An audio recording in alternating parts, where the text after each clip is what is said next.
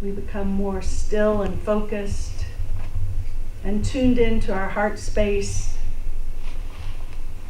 where anything and everything is possible. We are beyond the illusory world and abiding in heaven, in peace and love. Be still and know that you are divine.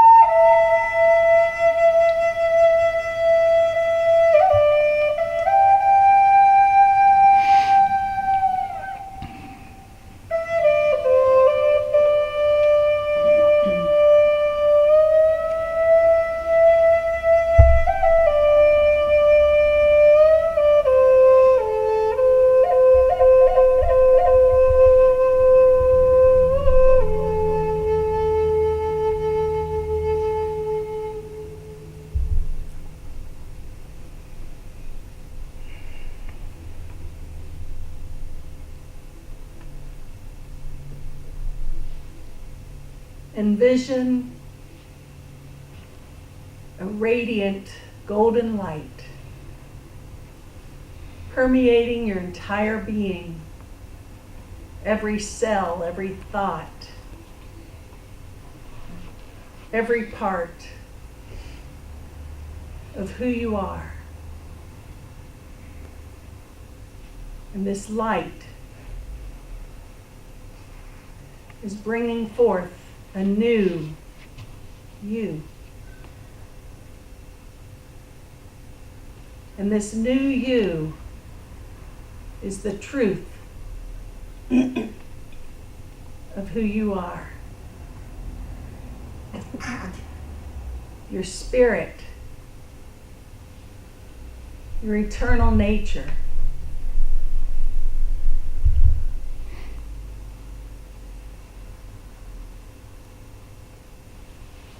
And take a moment and let this energy flow freely through you, restoring you and renewing you. And allow yourself to connect as one heart here today.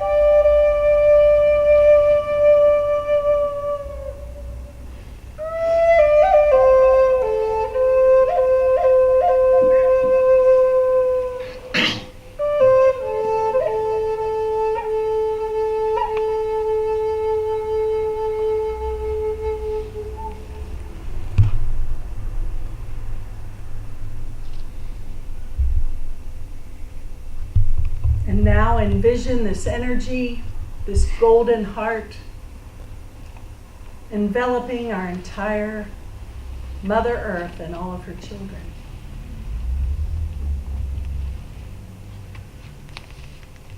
And as this golden light touches each and every heart on our planet and beyond, we choose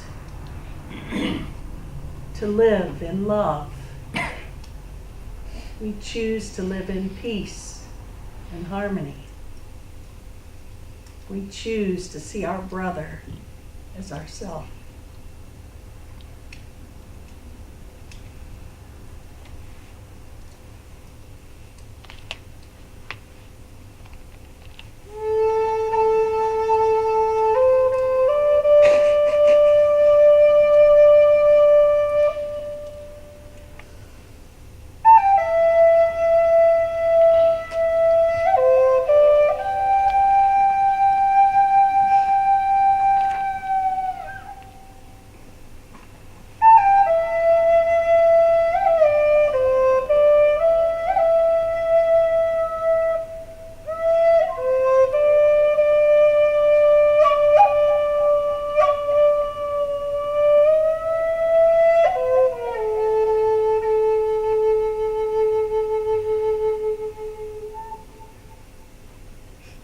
We place our hearts, we place our future in the hands of God.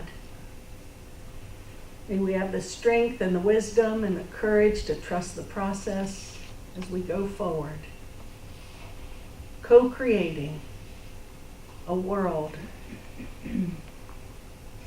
where peace and love prevail. And so it is.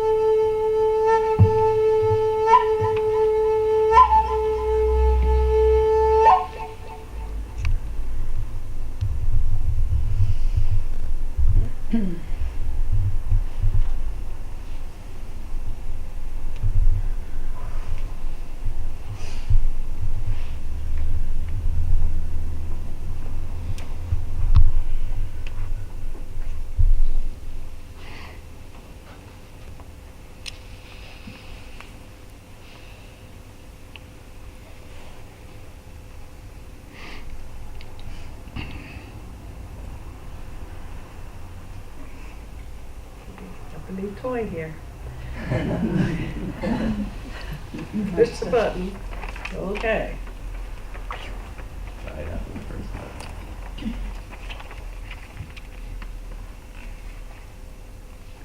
Good morning from the Namaste Center. I'm Reverend Charlotte McGinnis, and I'm here surrounded by a group of awesome souls who are here on Sundays, and we just come here to lift each other up and support each other and love each other and hopefully get a little inspiration and motivation to carry us through the week. And what a week we are walking into here. I don't know about you guys, but I have certainly been sensing the energy of this super blood new moon. Super blue blood moon, okay?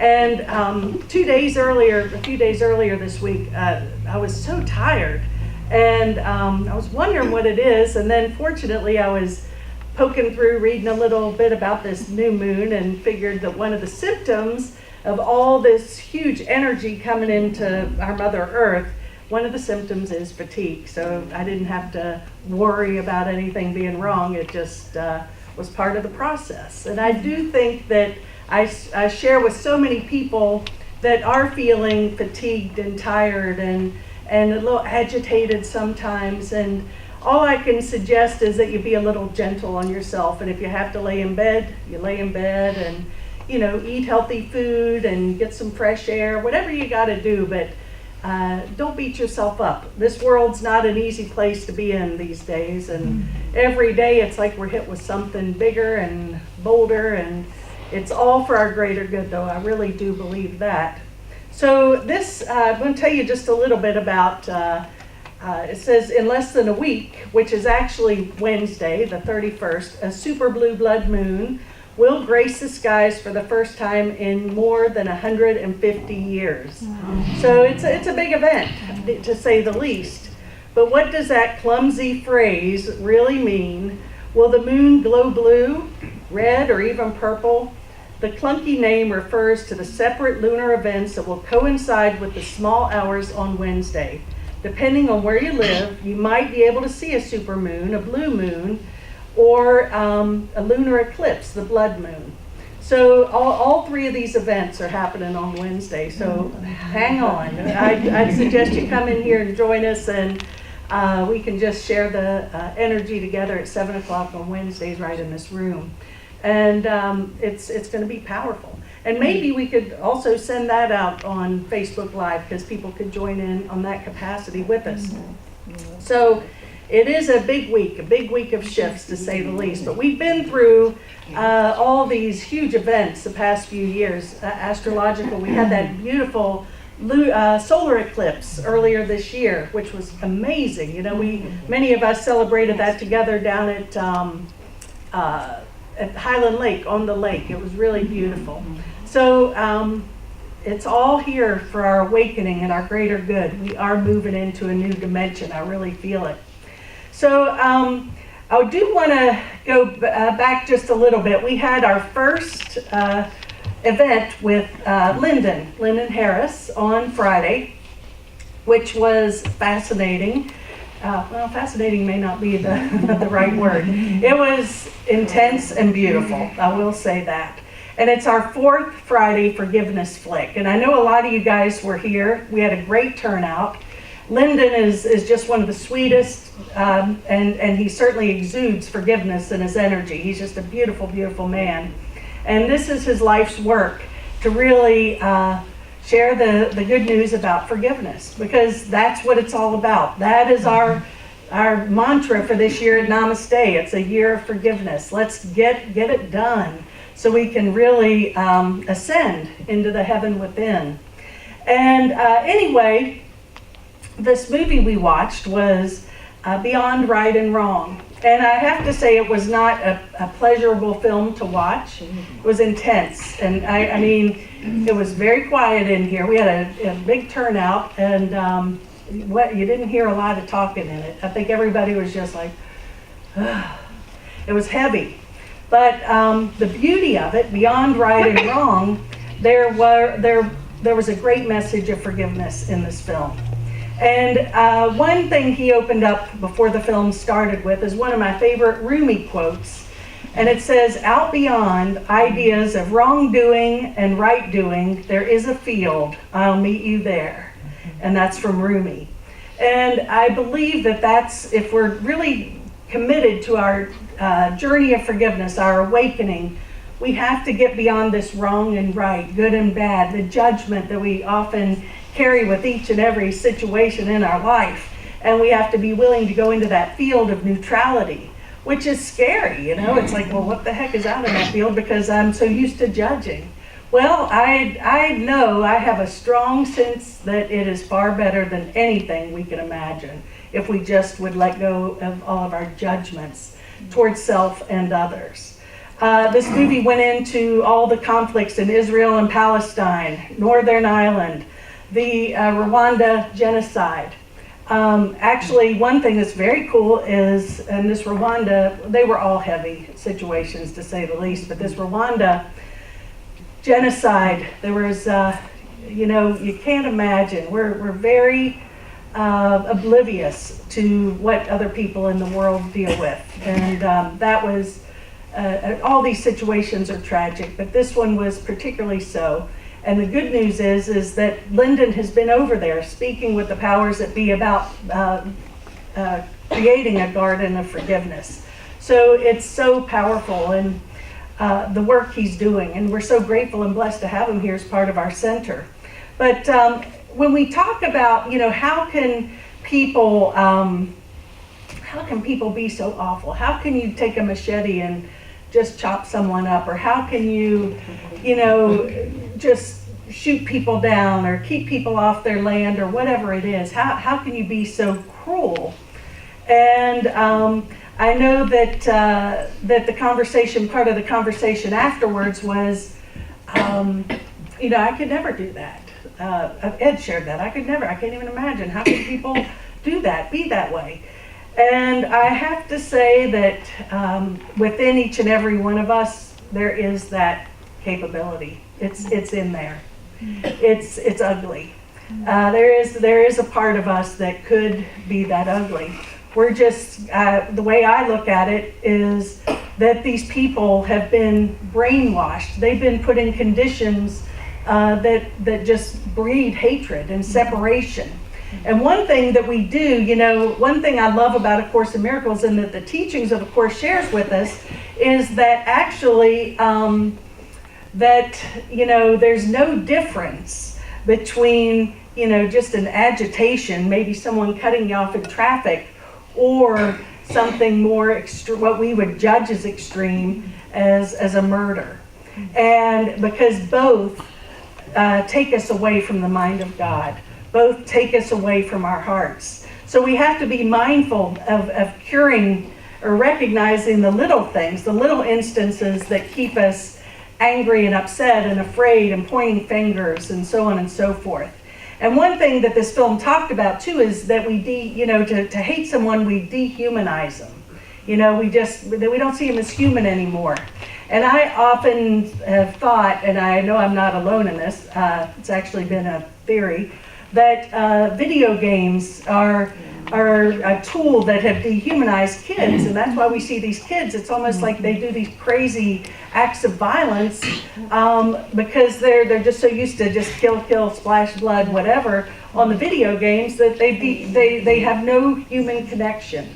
So we really need to get back to the healing and what that means for each and every one of us.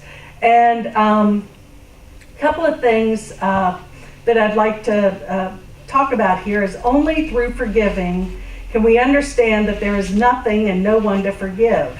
And that we too, if we have hurt someone, that we need to be aware that we're one. That the only thing we can do is recognize that there's no separation, no judgment, and everything is happening in divine order. And so if we've hurt someone, own that. And it's interesting, I was up half the night last night, a few things came into my mind, and I was wide awake, and I think it was from this talk today is that where have I not been so loving? Where have I cut people off? And no, I didn't go out and murder anyone, and I didn't do anything awful by the ego's judgment, but I've been unkind, and I've been maybe not as connected as I possibly would like to be, and I'm recognizing that. And I think if we just look at these little instances in our own lives of where we could do better, since we're all one, we're all connected, that's how we begin to heal this whole belief in separation. Yes, it's great to go do a garden of forgiveness in Rwanda, and it's great to do a peace vigil in Israel and Palestine, and all these things are helpful and wonderful.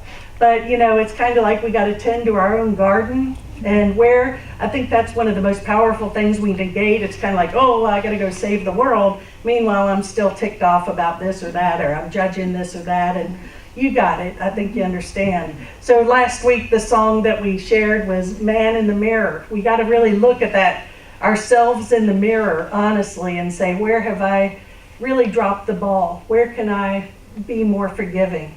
Where can I heal? And it's understanding that that's really our purpose. And to the golden rule, do unto others as we would like that done unto us. Where have I not lived by that golden rule? And It's not easy because we want to justify and we want to, we are so programmed to defend and attack and to be right and to be externally focused that sometimes we don't even see where we're screwing up. And sometimes, no good deed goes unpunished. That's been something I've recognized too, But we have to be willing to give freely. And so anyway, so Ed, would you escort that person out of the room, please? And